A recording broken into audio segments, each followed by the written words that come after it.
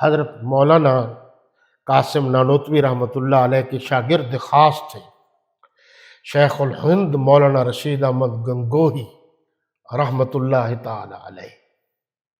وہ پڑھا رہے تھے، پڑھاتے پڑھاتے بارش آ گئی اور تیز ایک دم بارش ہے۔ بچے اٹھے، اپنی کتابیں سمیٹی اور اندر چلے گئے، لیکن طلباء کی جوتیاں باہر تھیں۔ دارالعلوم دیوبند کا شیخ الحدیث تابندہ ستارہ دیوبند کا،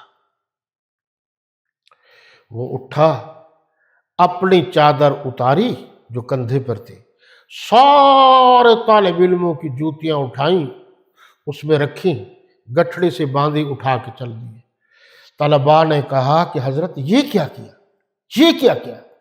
تو انہوں نے فرمایا کہ بس آپ کتابیں لے آئے تو میں نے کہا یہ وہ طلباء ہیں جن کے پاؤں کے نیچے ملائک جبریل امین علیہ السلام فرشتے پر بچھاتے ہیں، تو میں ان کی جوتیاں سیدھی کر لوں تاکہ اس وجہ سے اللہ مجھے بھی آخرت میں میرے درجات کو بھی بلند کر دے۔ کتنا خلوص تھا، کتنی عاجزی تھی، کتنی انکساری تھی۔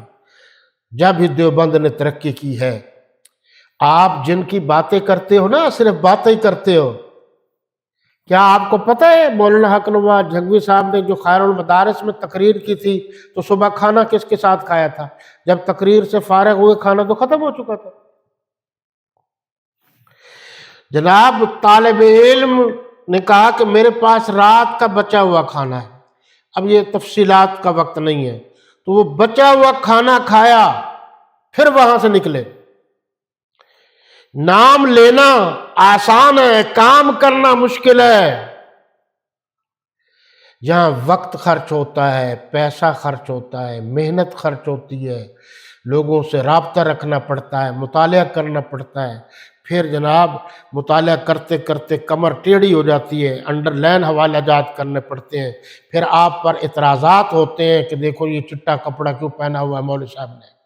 ہر چودھری کہتے ہیں ہم سے پوچھ کے کپڑا پہنا ہے، ہم سے پوچھ کے روٹی کھائے۔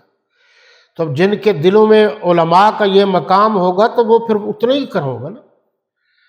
اس طریقے سے علماء کو اپنا راستہ اپنانا چاہیے، جس طریقے سے مولانا رشید احمد گنگوہی رحمۃ اللہ تعالی علیہ نے اپنایا۔